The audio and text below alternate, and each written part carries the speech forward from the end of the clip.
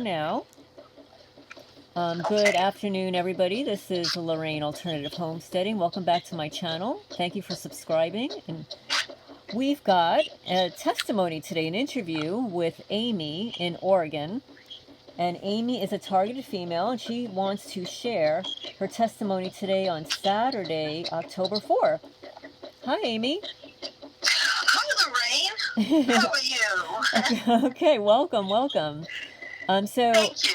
why don't you tell the subscribers a little bit about you before you realized you were targeted? Okay.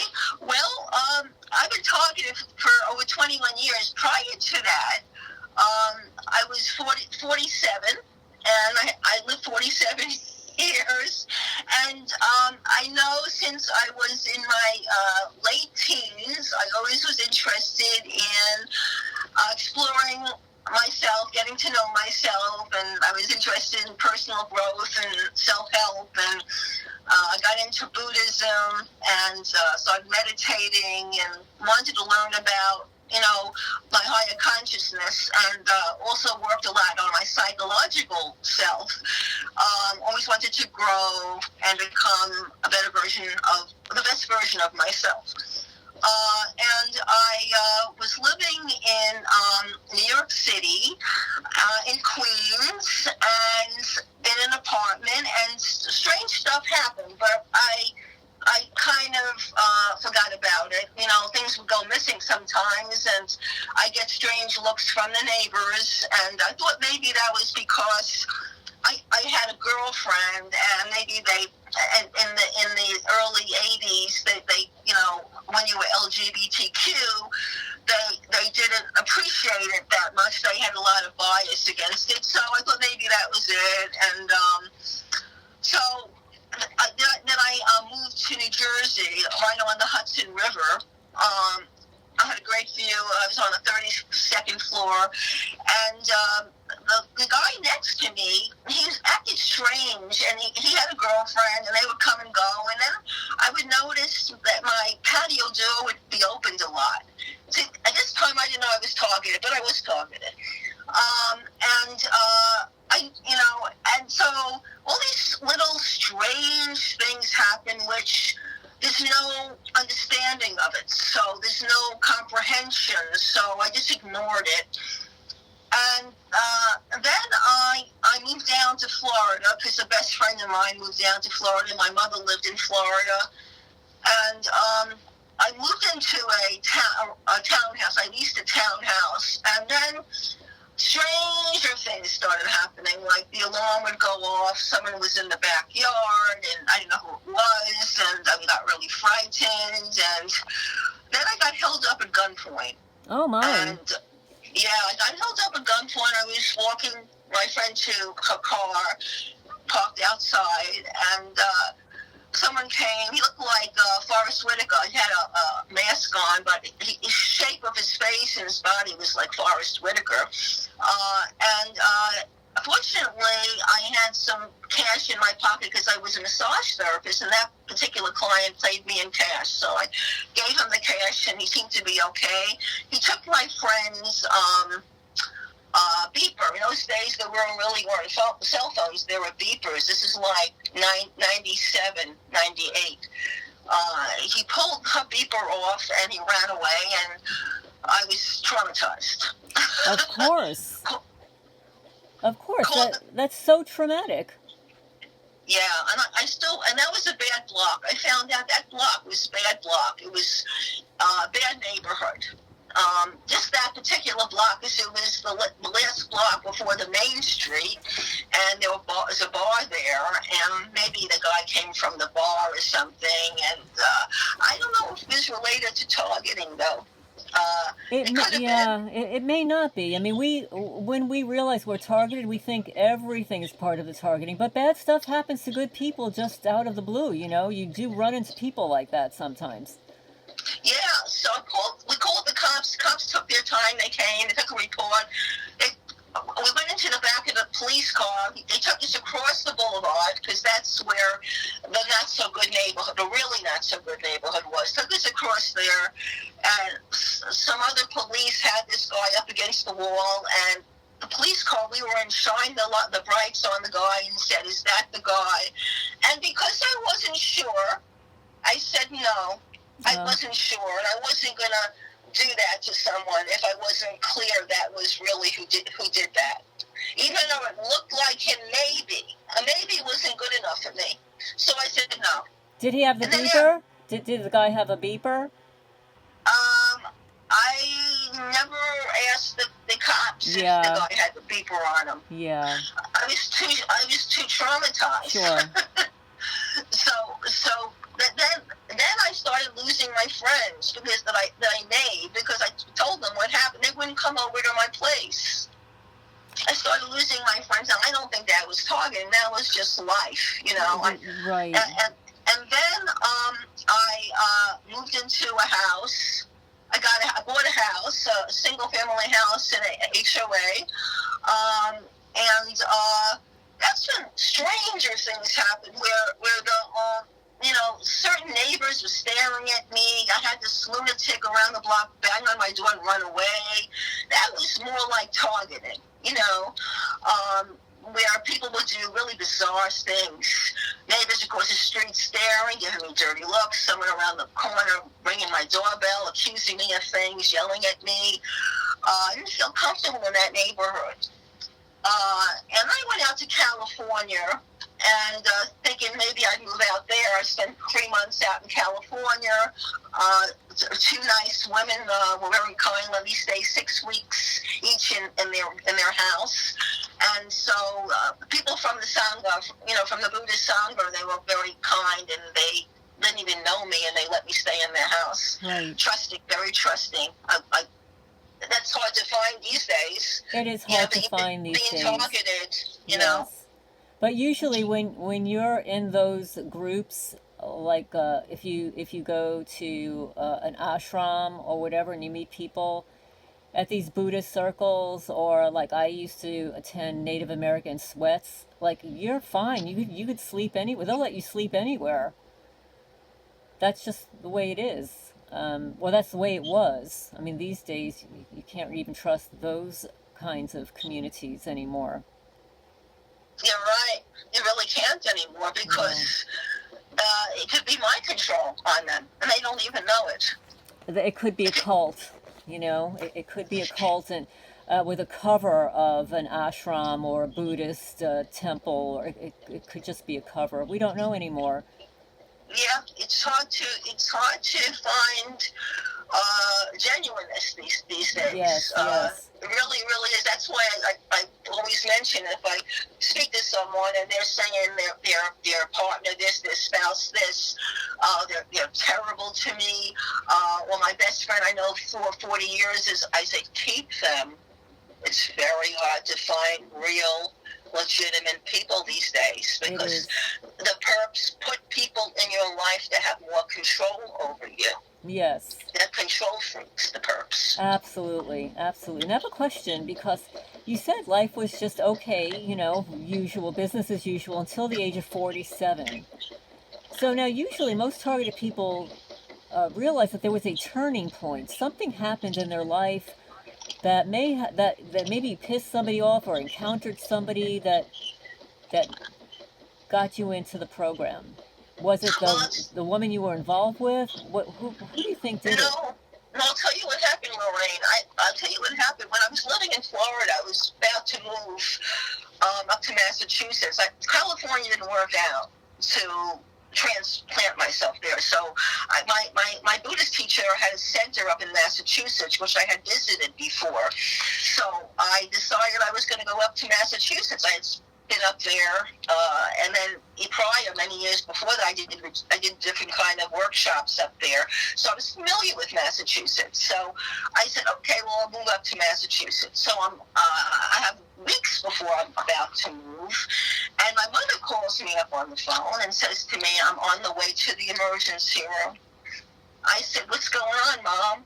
She said, well, Michael, which is my stepfather, gashed my wrist again. He keeps on hitting me and stuff. I have to go to I said, what? Call the cops. No, I'm not going to call the cops. So I took it upon myself to call the cops. And so my stepfather and my half brother were livid at me. I mean, they were just apoplectic with me. They wanted to kill me. And that may have done something, because they both knew people that were not exactly on the up and up. So that may have started it. Right? What did your father do for a living? He was in the construction business. Oh, okay. So he certainly could know people. Yeah, and then my half brother did some time years before that, like 20 years before that, because for white collar crime. So, but he was in like a tennis camp where there were this like dormitory, no bars, and he played tennis all day. Wow. So yes, this is true. So he knew people. He certainly knew a lot of people. That may have spurred it on. And then when I moved up to Massachusetts, I rented a room in a fellow Buddhist Buddhist sister's house, and that went well. And strange things happened where phone calls would come in and they'd hang up, and I didn't say anything to my friend. No, I didn't say anything. And then I ordered a laptop, my first laptop, and it came, and there was something wrong with the battery. I sent it back 5 times. The same thing. The battery didn't work. Wow. And that was telltale sign. That was a big red flag. That's huge red flag. Huge. And I said, something's really happening here. And then I moved into the townhouse. I bought a townhouse. And that's when I started getting targeted. It became overt. Because you were in one place, they knew you weren't going to be moving, you purchased something. And with regard to the battery, they definitely do it with the batteries because they don't want you moving around with your laptop. They want you tied to your internet so that they can target you more. Yes. So I never did resolve that problem with the laptop. I never was able to use it because the battery would die 5 minutes later after it was charged. It wouldn't charge. But anyway, I moved into the townhouse. I got a good price on the townhouse. It was one big building, 8 units. It used to be a nunnery. The building was 150 years old. It was, of course, from a Catholic church, and so they made the ceilings really short because people, I guess, in those days were shorter and didn't take up as much space. Right. So it was really cute. It had a basement unfinished. It had a little kitchen, first floor with a little living room upstairs. You walk 2 bedrooms upstairs, and then the attic all the way on the top, which I used as a bedroom. It was a cute little quaint place. Well, I was told it was going to be a nice single woman with her 2 kids moving in on the corner. I was second in. I could have had the corner, but I chose the second one, and it was less money. So I get knocked on the door a couple of days later from the seller of the building, who was a former fire chief. So you know what that means. Yeah. Here we go. Here we go. I'm sorry to tell you, but that lady I told you that was going to move in?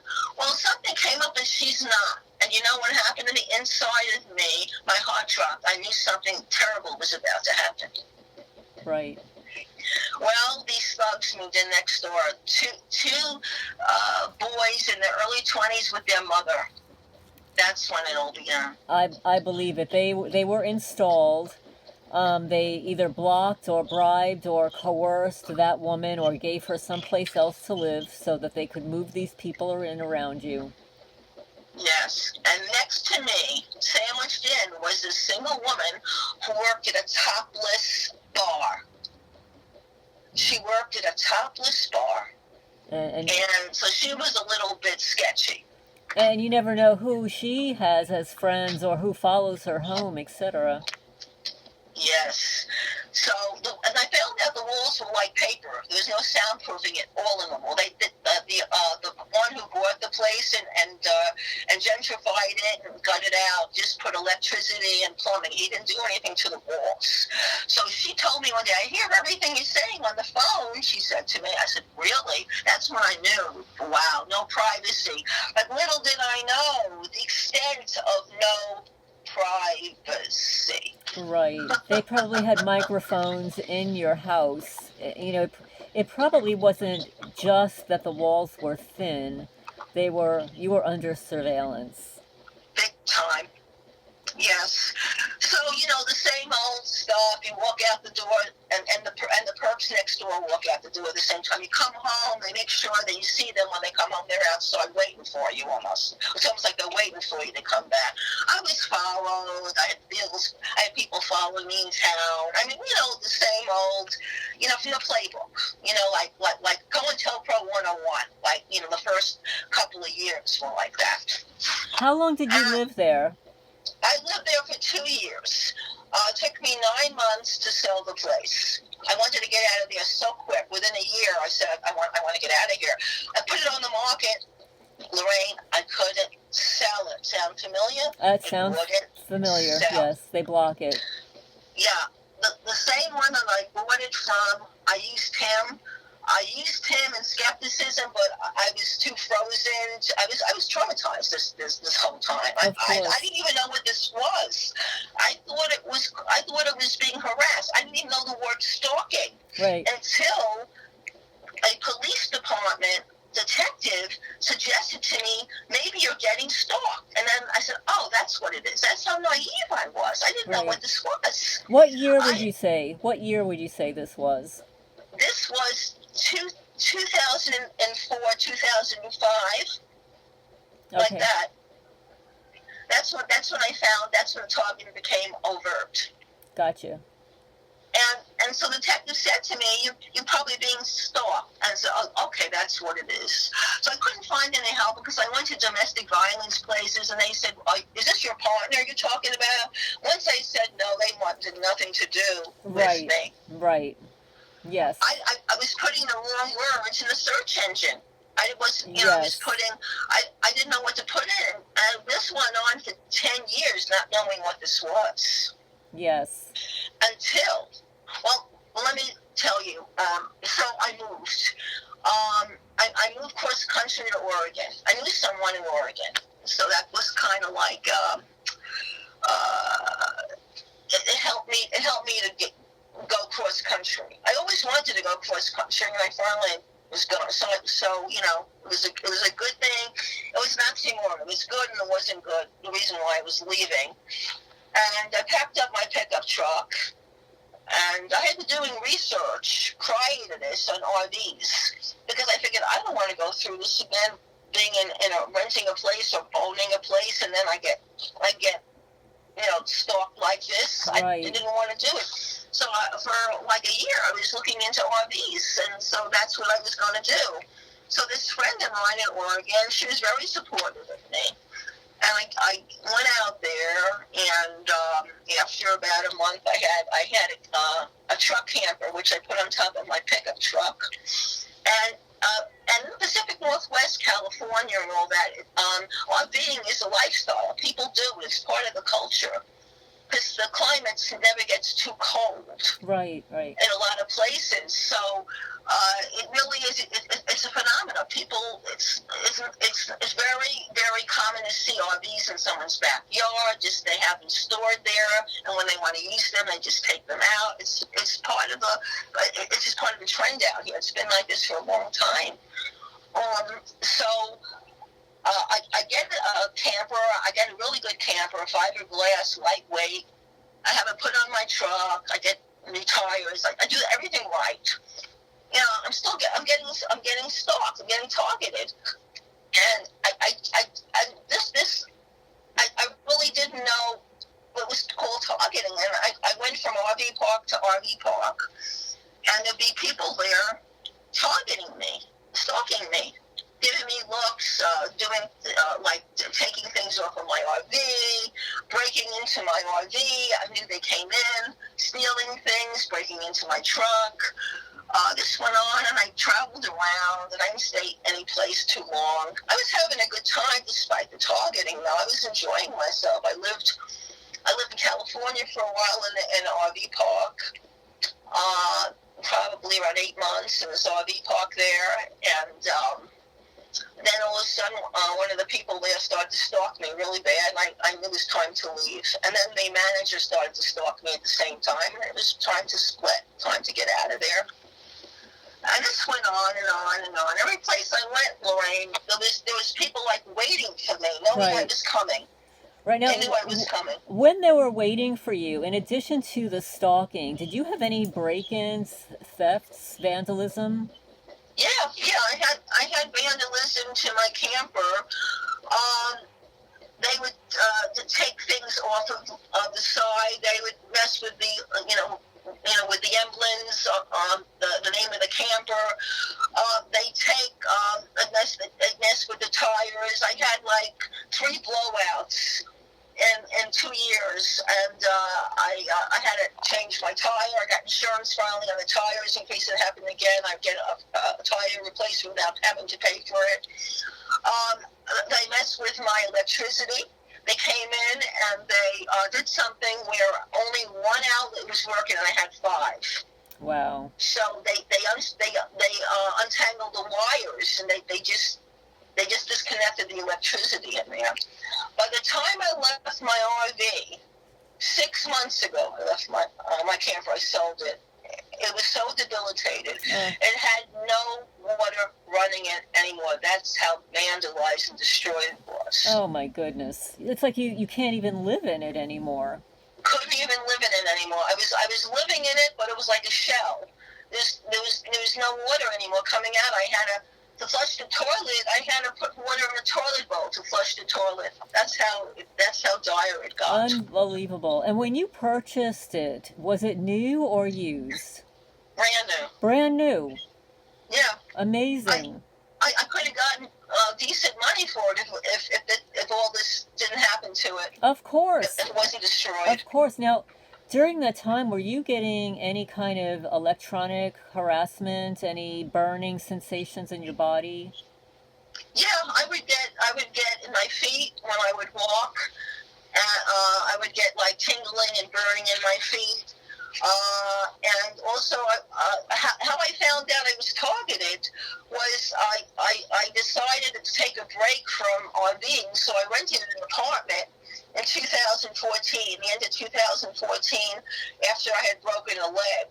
Oh. And I think I was pushed off the platform of my RV. I don't think I fell off there on my own. I think I was pushed by possible. Some frequency.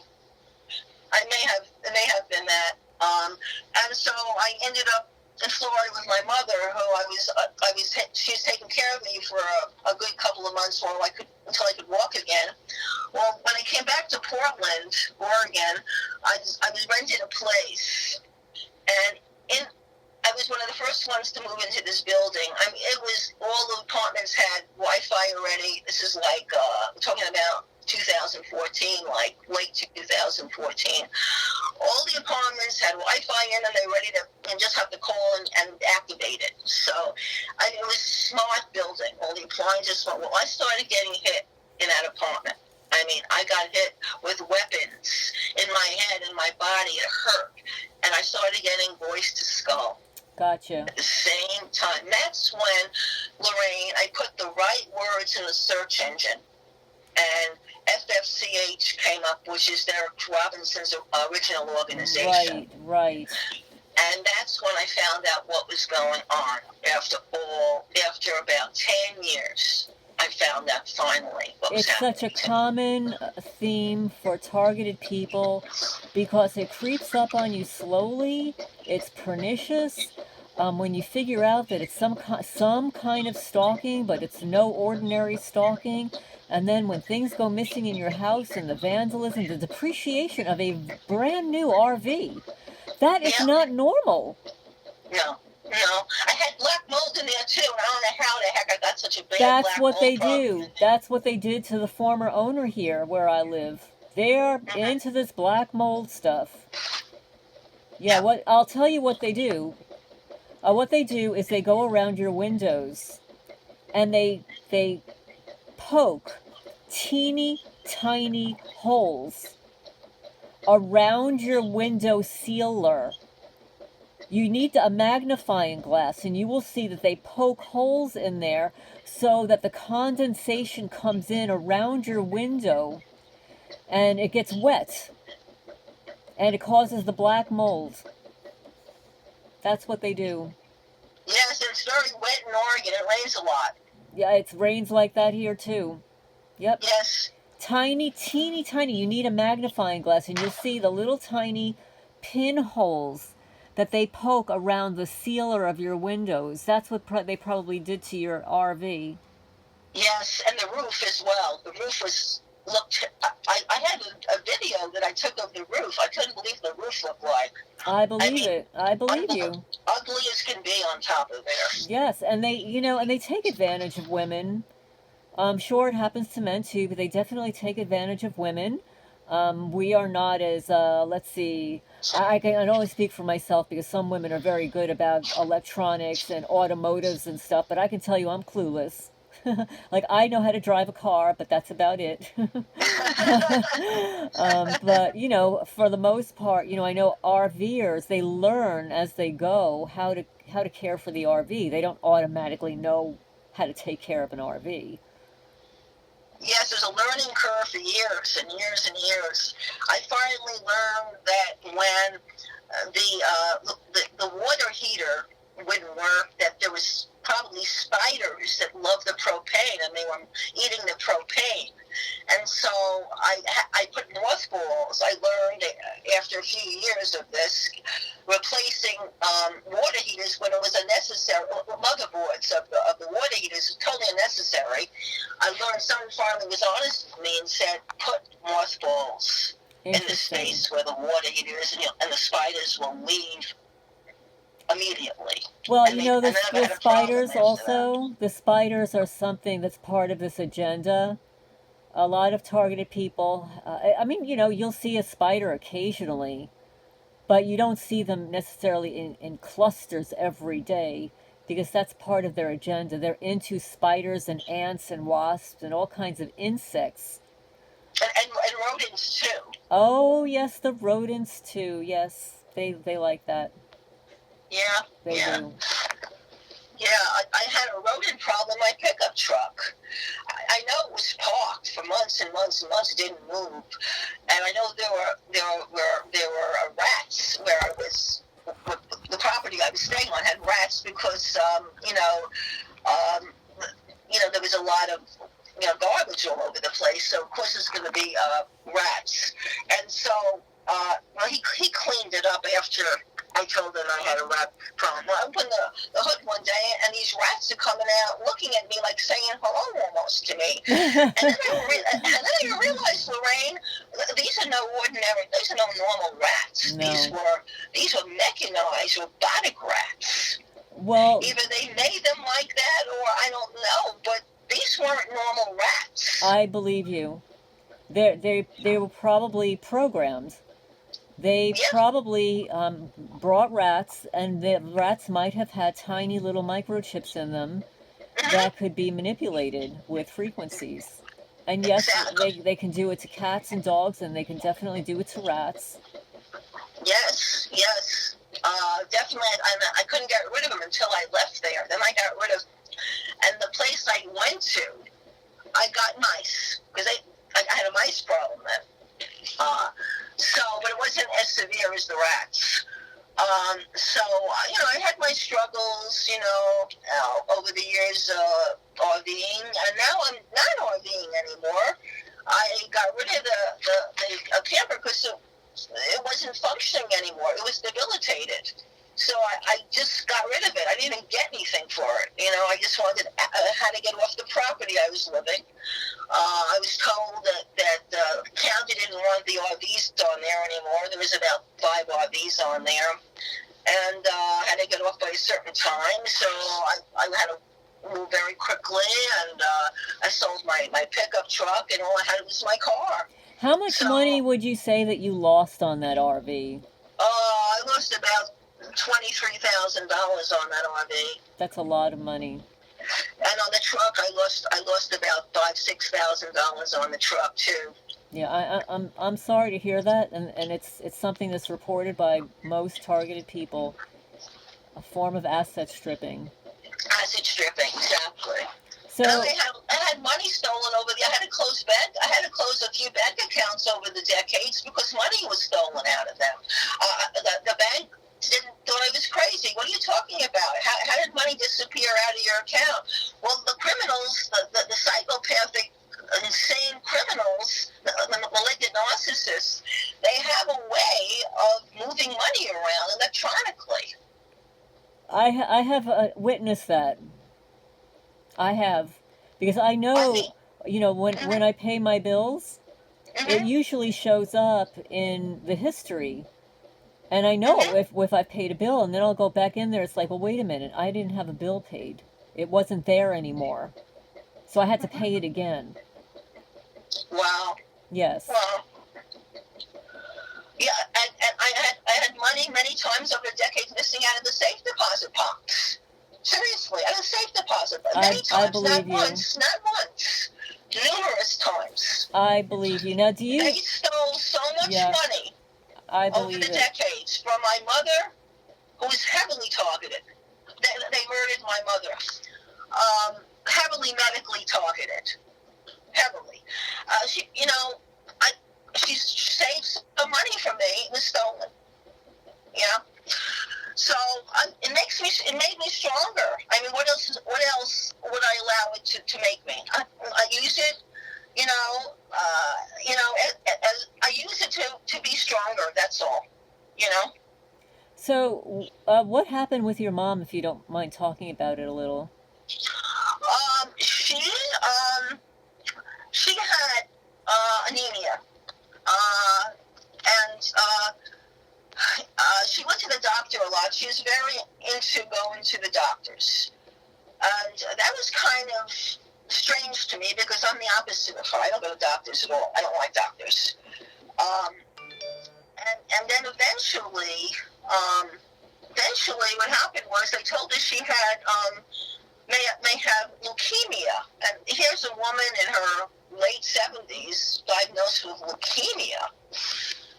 And she was a patient at the University of Miami oncology clinic. And so that right away is a lot of red flags there. They do a lot of research there. They get a lot of funding from DARPA, from medical, industrial corporations, to do testing experiments on people. So my mother was a human test subject, and I think the time she died, I don't know how many parts of her was still human. I think she was very, very transhumanized biologically, neurologically when she died. They murdered her. They did all these tests on her, experiments, and they killed her. And she was so out of it. When people die, they're not frozen. When you die naturally, you're not frozen. You kind of move and you shake. I watched my mother there when she died. She didn't do any of that. She was totally gone. She was frozen. There was no aliveness. She was unenlivened. Wow. She was, and when I would hug her even years before that, there was nothing there. It was like she was a log. Oh, that's very sad. I'm wondering if when she agreed to these tests and stuff, if she signed something knowingly or unknowingly that would have allowed that to happen to you. What do you mean by that? When parents sign these documents, sometimes they have to add like a co-signer or what do you call it? It's escaping me. I mean, you're a daughter. I had the power of attorney. Power of attorney. Yeah. Okay, so... I had the power of attorney over her, but if my mother wanted to do procedures, I couldn't talk her out of it. She was in denial about targeting. She was targeted. She got stalked and everything, and she didn't want to see it. I hear you. She was like us. that she was getting that, but she was in such denial.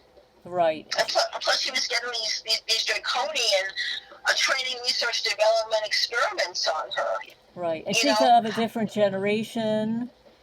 You know, so how old was she when she passed? 84.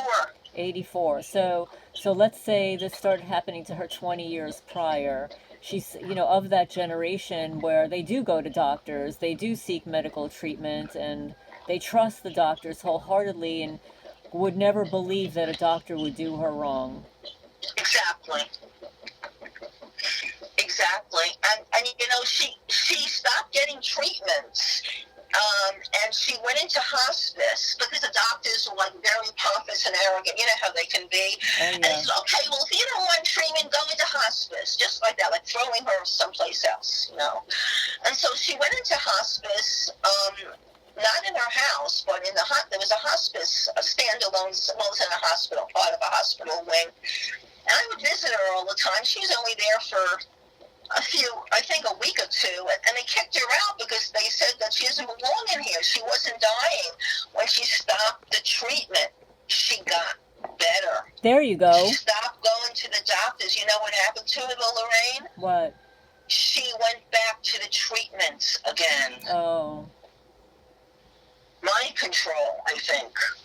Well, that, and because she had always been on the treatment, she just assumed that going back on the treatment would improve things for her, but that was telltale that once she stopped it, she improved. Yes, she was back to herself again, and then the perps. I mean, she wasn't driving or anything. She had a walker, and then one day she says to me, "I want to drive." And you know, she got in the car and she drove. I think the criminals turned everything off on her, and she was allowed to drive. She was back to normal. So it just goes to show you that there was technology on her. I believe it. They were controlling her biologically and neurologically, and I was amazed when she drove. She drove like nothing was wrong with her, and then she went back, so that they turned it on and off. They turned it on and off when she went into hospice. They turned it off, and then a couple of months before she died, they turned it off so she could drive. Maybe it was to show me something. I don't know. Well, and also if they're testing, they want to see how their technology is working on an 80-year-old woman. Huh. Yeah. Well, it was just blasphemous. Let me tell you. That's very sad. Very sad to watch her. I was there the entire time, took care of her, and to watch what was happening. I didn't know the gravity of it though until after. I didn't know how experimented she was until after she passed. I didn't realize it. I was in denial a little bit. Well, it's not even denial. I believe that throughout our society, most people are completely unaware that these medical experiments are happening without our permission, you know, without our consent, with consent. Years ago, I went on like one date. I met this guy on Match.com, and he sits across from me, and he starts telling me about all these experiments that were done on him. I don't know where it came from. It's like I felt like he wanted to confess or something, or share his horrible experiences, that he agreed to these experiments. He agreed to being injected with all kinds of stuff, and I was thinking, this guy's going to die. But at one time, you could sign up for all kinds of experiments and get paid for it. And then, of course, these underground networks said, hey, we don't have to pay for it. Yeah. We can do it for free on unsuspecting people. Just line them up. Let's target everybody. Yes, after 9/11 and then COVID especially. COVID was, let's get all this technology in everybody now. Let's have everyone susceptible to getting targeted anytime we want to. We could do anything we want to anyone. Yeah, we have to be careful about speaking about that topic on the channel, so... Oh, okay. So these covert experiments have been happening throughout history, you know, through COINTELPRO, MK Ultra. back in the 1600s even. So it's not something new, and people need to wake up and realize that it never ended. Mm-mm. No, no, you're right about the 1600s. I just saw that or heard that or read that like a couple of weeks ago that was on your channel. On my channel, that that was video. That was that guy you had on your channel. Yes. 1600s. I was shocked. Yes, me too. Yeah, so this is not something that is new. It's just changing, and the technology is so advanced. Some people say it's like 30 years more advanced than what we're even aware of. Yes. And I know because they manipulate bugs, Yes. insects. So now, are you still in Oregon? Yeah, I never left Oregon. I've been off that property. I was living for over 6 years in my camper. I've been out of there since the end of April, and I have not left Oregon. I'm still in Oregon. So are you in an apartment or? I've been living in my car, Lorraine. Oh, you're living in your car. Okay. Yeah, and I've been watching a lot of YouTubes on others that live in their cars, live in their vans, live in minivans. But there are people that actually also living in their cars. A lot of people. Yeah. A lot of people. Some of them by choice, some of them because they can't afford the rent, some of them because they're TIs. Yes, like myself. Well, I can't afford the high rents. The rents are crazy. Yeah. I'm sorry. No. So, from what I understand, a lot of the rents are higher than a monthly mortgage payment. Yes. The rents are outlandish, and not only that, but do I want to put myself back in an apartment and get just blasted and bombarded with frequencies and pulses and rays and all that again, and have miserable headaches and. I was sleeping in my car in those days when I rented that apartment in 2014. I was sleeping in my car that was in a garage. I was paying rent for that garage too because I had relief in my car from that apartment. And I broke the lease. That's how bad it was. I went to a lawyer, and she said there's no law against noise in Oregon. You have to go to your doctor, have her fill out a form which she'll get from the management office, and she'll write down that you can't sleep and you developed insomnia, and for your health you have to get out of there. And I got out of there legally. Oh, good. So that was good. So I saved myself 4 more months of just torture in there. So in your vehicle, is that not happening to you anymore? Not so much. No. I wasn't really getting targeted that hard in my camper.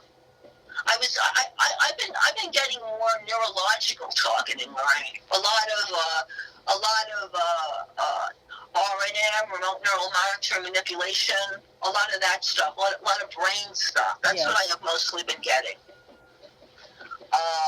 I do get, the other day, for the first time, I started hearing this shrill sound. A very bad tinnitus, very loud screeching. All of a sudden, I started hearing it. I'm realizing it's not in my car. And I left my car, went out of my car, and I'm walking outside. I hear it outside. Oh. And no one else heard it. It was coming from inside me. I was hearing it inside, and it was projecting on the outside. They can do that. They can have you hear things that are not really there. Exactly. So that was new. That never happened before. And so, it's not that I don't get things like that. It's just that it's been focused on my brain. I think one of the things it wants to do to me is put me away somewhere. In all these years, I've been targeted since 2004. So the end of July of 2004, so it's over 21 years now. I have not been 5150 or Baker, whatever you want to call it, wherever you are, there's certain codes when they put you in a hole, the psychiatric hold for a day or for a couple of days. Right. I have never let that happen to me. Well, you haven't been reporting any of those, hearing voices or anything like that, and because you've traveled around, you haven't formed, friendships with your neighbors enough that somebody might be doing that to you. Yeah, well, I know not to talk about it because I know what the repercussions may be, especially if you talk to a doctor, an MD about it, or even a psychologist about it. You don't know what they would do with it. Right. Although I did see a counselor like 13 years ago. All I knew then was stalking. All I was experienced was stalking. So all I knew was before I found out about the electromagnetic targeting, about the neuroweapons. That was a couple of years before. So I was talked to this counselor all the time about stalking and break-ins and stealing things and being followed. And I was talking to her, and I was traumatized, Mm-hmm. And I was wondering if she was in on it, And she'd listen, but I never felt threatened by her. That's the thing. I never felt that she was going to do me in, so to speak. Right. And she never did. And then I talked to her for a year, and she just listened. It was good for someone to listen because I didn't have community then. I was on my own until about 3 years later when I moved into an apartment, and everything just caved in on me. I found out exactly what was happening to me. Right. So now, in your vehicle, do you still travel around? You go to different cities and. Well, in the summer, I didn't want to be in the hot weather because it has been hot in Portland, like in the 90s this past summer. So I spent the time on the coast. Gotcha. Thinking maybe I can find affordable housing on the coast, but there's less housing on the coast than it is in the greater Portland area. Right. So, but I was relieved by not having to be in the hot weather all summer. So I was very grateful to be able to do that.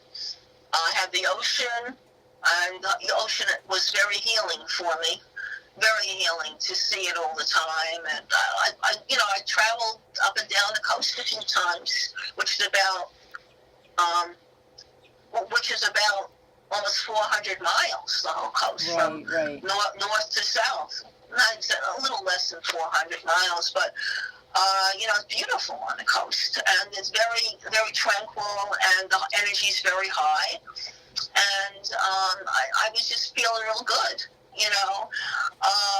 unless stuff happened, just, of course I still was getting the R&M, no manipulation. I was getting hit sometimes. I was getting gang-stalked, of course, all that crap. But, I had relief from the natural environment, from the ocean, from the marine life, from the seabirds, from the gorgeous landscape. It was extremely healing, and it protected me, protected my mind. Right. Now, do you have you, since you're living in your vehicle, have you had anyone, like while you're sleeping, try to get in your vehicle? No, I've been really lucky. Oh, good. I'm very blessed. I really believe I'm very protected. Good. I'm so glad. Yes. So, what advice would you give to other targeted people that are living in their vehicles now? Well, I would say enjoy yourself in the vehicle. It's less stigmatic than it ever has been. People living in their vehicles now, they're not necessarily homeless. They just make a choice to live in their vehicles, maybe to travel, maybe because they can't afford the rents, which is probably the first thing on the list. I can't afford the rent, so I'm going to go traveling in my vehicle. What I have is a car. I don't have an elaborate van or a minivan. I just have a car. So I'm gonna do my best and be in my car and figure out how to go to the bathroom, and all that, and which I've been learning, from watching YouTubes, what people are doing. I've been watching a lot of YouTubes. And so that stigma about it, I'm not good enough, so I'm living in my car. No, I don't have that attitude about myself at all. And there's something also freeing about about moving around, that you're not in the same place all the time. There's freedom in that. There's a psychological, spiritual freedom in that. And thinking, well, if I don't like it here, I could just move away. I can move 10 miles from here or something. Sure. I don't have to come back. You don't have to worry about owning something and not having it sell and being sabotaged and being prevented from selling. You can just pick up and go. Yeah, and I know you have a really difficult time selling your property. I know you've been having such an awful time. Well, they're destroying it, and they're banking on me, and you know how it is. It's like, when they're making money off of you, do you think they want you to leave? No. They're going to do everything inhumanly possible to continue to discredit until they reach their goal, whatever their goal is. But no, I intend to be selling this place. I know you will. I know you're going to sell I know I will. There are so many people that would love this property. It's beautiful. I know it's beautiful. I've seen it on your wonderful videos. Just gorgeous property. It is. Gorgeous. I mean, it has so much potential and whatever. But I wanted to ask you, if there were other targeted people out there that had rentals or land or whatever, would you be interested in sharing rent or anything like that? I'm just mentioning it because I know of one woman who is looking for someone. I'm not exactly sure where the location is either, but if there's anybody that you want to connect with through your testimony here, share that information here. Yes, absolutely. I'd love to get a real person, not a real TI that I have some things in common with, and I get along with. We get along, and we can support each other. And sure, I would. I love that. But there's been, unfortunately, Lorraine. I don't want to sound negative, but there's been not legitimate people put into my life. I agree. Who say they're TIs, and I find out they're not TIs. I found out they're not. And it was, to me, it's like insane, the kind of addictive control freakishness. I mean, the madness in that. Imagine wanting to control someone down to controlling who's in your life, to tell them exactly what to do to you and text them while you're there. I mean, imagine what kind of... they want to do something to your mind. They want to really break down your mind and really subjugate you. I mean, there's so much tyranny in that. Think about it, how despicable that is to resort to that. Because they can't control your mind. You can't control my mind. They never will. So because they can't control me, they want to put people in my life to devastate, perhaps make me get emotionally attached to them, which is human. I'm human. I still have feelings. I still appreciate love. Love gets me going. It keeps me going, love. I have an open heart still. I'll never be able to shut my heart down. Never. I'm strong. They'll never do that to me. So they want to put people in your life so they can try to do that to you. Right. And they can do it through social media. They've done it, like they've stuck perps on my channel and my chat and sending emails and stuff. And they do that. They'll send people to you in person. It's amazing. It just baffles the mind. Like, you see these videos of women who are in abusive relationships, and most people have a reference for being in an abusive relationship where one or both spouses are trying to control each other, and how that manifests as narcissistic abuse. But when you're not in a relationship and it's part of a quote unquote government program, Mhm. it's Mhm. off the charts. It's off the wall. It's psychotic Uh-huh. to want to do that to Yes. someone. Yeah. It's just indescribable. There's no words Exactly. that suit what it is. That fit the definition of it. There's no, I can't in any language. I don't think. Absolutely. Well, I so appreciate your providing your testimony, for people to hear. What would you Now, do you think that the targeting will end? Do you think it will increase? Do you think that some of these people will be arrested? How do you think this is going to end up for most of us? Well, I'm going to be honest with you. I'm not gonna give it. I don't want to say false, hopeful things, or I don't want to. I don't want to do that. I'm a realist. So what I'm going to say is that I'm a big fan of Sabrina Wallace.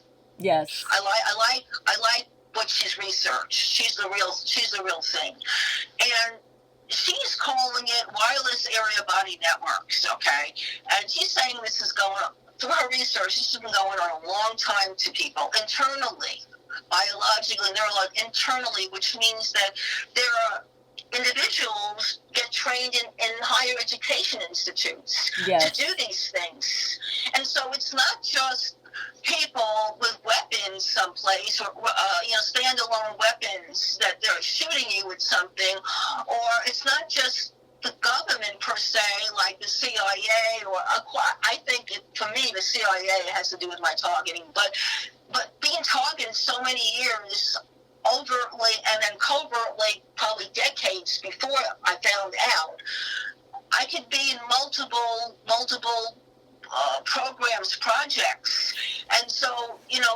it's like free for all. It's like if you pay, you can get her code and you can hack into her and do this to her and that to her and the other thing to her. So there's so much, Lorraine. There's so much money in this. There's so many industries in this. I don't think it's going to stop. I agree. I agree. I don't care what Targeted Justice says. I don't care what they say. They can say whatever they want, and everyone's entitled to their belief and their opinions. But in my opinion, it's only going to get more intensified. I agree. More people are going to get exploited and used up and harmed. That's my opinion.